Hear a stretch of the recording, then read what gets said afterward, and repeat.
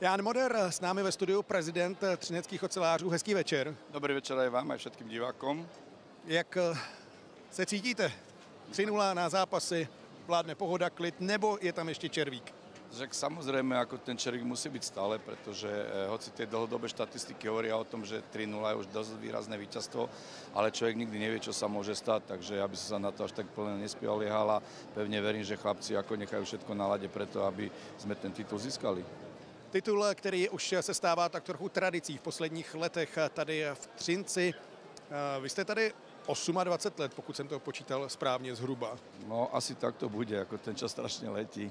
Letí, ale letí dobrým směrem pro vás. Tohle jsou třinecké tituly, útok na čtvrtý v řadě. Když jste šel do klubu před 28 lety, napadlo vás, že tady se vybuduje, sice za delší dobu, ale dynastie? Tak samozrejme, že jednak sme vtedy prišli v čase, keď bola dynastia Vsetina do extraligy, ktorú ešte naši predchodcovia, potom sme nastúpili my. Cieľom bolo to, aby sme tu hrali dobrý hokej, aby boli spokojní fanúšikovia, aby s radosťou chodili na hokejové zápasy. A když to porovnáme s dynastií Vsetína, jaké tam vy vidíte zásadní rozdíly, protože přeci jen ty 90 byly bouřlivější. A tak ale 90 zase boli krásne vo všetkom možnom ako inom, ale samozrejme, že Vsetín mal vtedy akože ten tým plný reprezentantov, kým u nás to nie je až také výrazné, hoci treba povedať, že v lani traja naši hráči získali bronz na olympiáde, takže na to sme boli patrične pyšní a máme voľakých reprezentantov sústavne, takže áno, sme radi, že sú aj tí reprezentanti, ale vtedy to bolo polovička manšaftu, bola v podstate reprezentácia. Když se přesuneme do současnosti, tak pod těmi minulými tituly je podepsán Václav Varadě a teď na něj útočí také Zdeněk Moták. Z pozice prezidenta klubu, jaký je mezi nimi rozdíl? Viete, to je veľmi ťažké, to by ste sa mali skôr opýtať hráčov.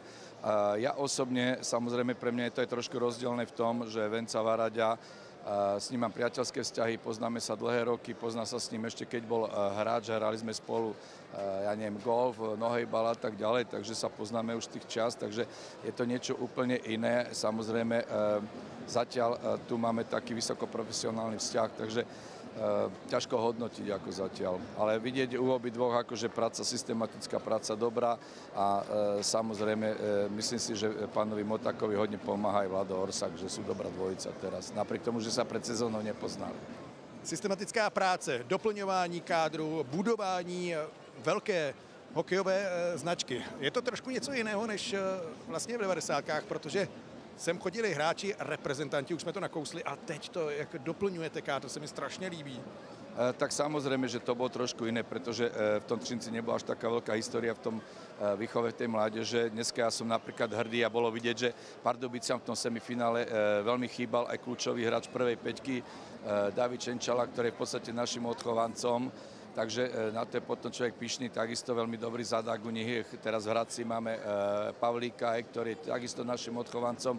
Takže my sme pyšní aj na to, že naši odchovanci hrajú aj veľmi dobrý hokej v rámci extraligy a samozrejme mnohí našli uplatnenie už aj v zahraničí. Vy jste vítězný typ, občas zajdete i do kotle s fanoušky a chodíte také na juniory a dorost.